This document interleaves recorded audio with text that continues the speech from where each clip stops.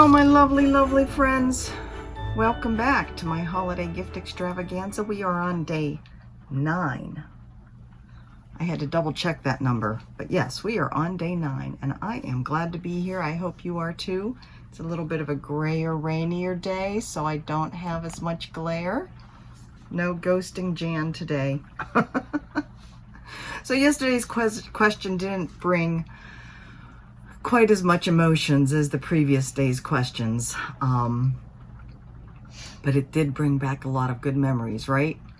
Baking with family. One of you said that you get like a whole kitchen full of people from ages 2 to 91 baking together and laughing and, of course, eating, because it's very important to test out those cookies every year. The same recipe that you've made for 25 years, right? Just to make sure it's still good. That sounds awesome. That's the kind of Christmas I like. I would say by far, let's see, the favorite cookies, the most popular were Snickerdoodles, the good old Christmas simple sugar cookie cutout cookies with the icing, and the peanut butter blossoms, the cookies with the Hershey Kisses in the middle. And yeah, love those. Fresh out of the oven. Well, maybe not fresh off. Let them cool a little bit, but warm, gooey chocolate with the peanut butter, soft. Oh, yummy. So my favorites are ones called, let's see, Old Time Cinnamon Jumbles. They're kind of like a Snickerdoodle, because I'm pretty much anything chocolate or anything cinnamon is good. I could put cinnamon on everything and be happy. Old Time Cinnamon Jumbles, though, are kind of a thicker, softer Snickerdoodle made with buttermilk, which gives them a little bit of that kind of a soury taste. Oh, they are so good. And old-fashioned molasses cookies. Now, those were my father's favorites, so we had to make those every year. Similar to if you ever had the Archway molasses cookies with the sugar on top, very similar to those. Those recipes came from my mother's old Betty Crocker cookbook. And in fact, whether you heard the little heater, space heater come on, but Mike just did some creeping again and came back and turned it off so it doesn't make noise for the video. Thank you, dear. Those recipes came from my mother's old Betty Crocker cookbook, and I actually saved the pages from that cookbook, those pages, because I mean, that's what we made every year. I continued to make them even after my mother was gone, whenever I started having kids. And yeah, like many of you, I would bake many, many dozens of cookies, many different varieties. But I saved those pages, and you know, they're yellowed and torn and stained from splotches of cookie dough and splotches of butter and Crisco over the years. You know, they're wonderful. I still have them in a box somewhere. So, unfortunately, I developed a gluten allergy and gluten intolerance in my adulthood, so I can no longer have those yummy cookies. It's hard to find a good recipe for cookies, you know, they never taste the same. There are some store-bought cookies that I'll get just to kind of scratch that itch, but for the most part, we don't eat cookies. Mike does make a mean chocolate chip, gluten-free chocolate chip banana bread in the Instant Pot, though, and we just happened to finish one yesterday. I'm looking out the window because somebody in a big rig is passing by, leaving for the day. Oops, here they go. So yeah, not many cookies in my life these days, but I'm all about ice cream. Ice cream will scratch that itch too. So I hope you enjoyed that. You know, I thought I should have you guys post the recipes too. So, but if anybody is interested in any of the recipes that anybody has posted, reply to their comments. I'm sure people would be happy to share their family recipes. So today, oh wait, winners. We need winners. We have 2 gift sets of soaps to give away. All right, so let me make sure I'm looking at the right place. Okay, Beth Stevens won 1 set. Beth says, my favorite Christmas cookies are the peanut butter with the chocolate kiss in the middle. See, what did I tell you? So Beth, congratulations. Our other winner is Maureen Barron, B-A-R-A-N. Maureen says, gingerbread people are my favorite. My grandmother used to make boys and girls each Christmas. Gingerbread is also yummy. Gingerbread, molasses, anything along those lines. Oh, yummy, yummy, yummy. So ladies, thank you as always. I will comment on your comment with my email address, so you can send me your email address and I will be passing those on to Georgia. You will be getting those from Georgia in New York. All right, so today we have some scissor fob from Jennifer Upton.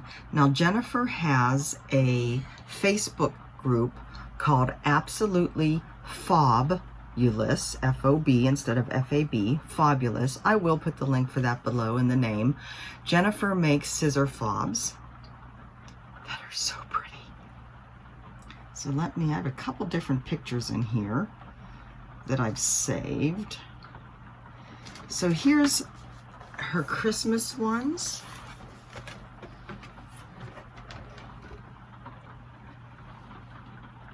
I don't know how many of these are still available because I think she does sell out rather quickly. You can see she has fun putting all kinds of little gems and buttons and charms on her scissor fobs. The one we are giving away is this one with the little gingerbread man on the bottom. Now, Jennifer will be sending this to you herself. And so this is open to U.S. residents only, or U.S. addresses only. So just be aware of that. She did send me one way back, I think it was either the 20th or the 23rd of November. She said she put it in the mail. I haven't gotten it yet. She checked on the tracking and it is stuck in Detroit. It has been in Detroit since November 29th. So, here's doing something funny here today. Yeah, the U.S. Postal Service strikes again, I guess. You know, I haven't really had a whole lot of problems with getting things since we moved here. I did just also at the end of November miss a package from Fat Quarter Shop. I happened to email yesterday and say, oh, did you ever send that? They were going to send me 4 packages of the Cosmo Floss for my Thankful pattern to give away.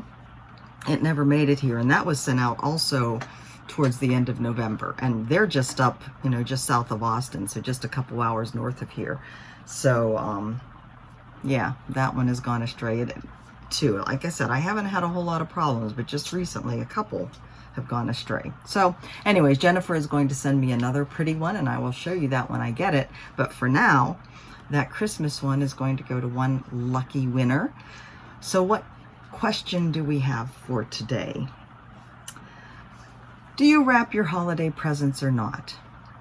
So I think I don't know how like I said, I don't know how the Hanukkah presents work. If you, I know you give them on Hanukkah,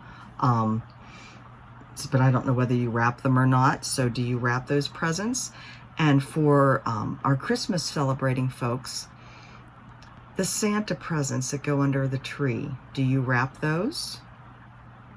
Or does Santa not have time to do the wrapping and they just come as they came from Santa's workshop? In my family, both growing up and for my own kids, Santa did not wrap those presents. Santa did not have time. And I remember as a little kid, so we lived in a split level house, so there were only 5 stairs from the hallway where the bedrooms were down looking into the living room. So I remember as a little kid getting up at, you know, dark 30 in the morning and just going to the top of the steps and peering down to where the Christmas tree was to see what all was under the Christmas tree. My parents usually left the Christmas tree lights on overnight, so I could at least get a Christmas tree light lit view of what was under there. I don't know whether my boys did that. In our house, with the boys, they wouldn't have had a good look to where we had our Christmas tree. They would have had to go the whole way down. I would expect that my younger son, Ben, probably did that. He was a lot like me. Couldn't wait. Impatient for the presents. So yeah, do you wrap those presents or don't you? I think that's all. It's a short one today. That's good. It is Saturday. I have to get some mailing done. And I just want to say here before I go, to those of you that were so generous with the coffees yesterday, I am overwhelmed. I'm just, that's all I'll say. You know who you are. You know what you did. Speechless. Mike came home from work and I was like, look at this. Thank you. I totally appreciate it, and it will be put to good use. All right, so until tomorrow, you guys have an awesome day, and I will talk to you soon. Bye-bye.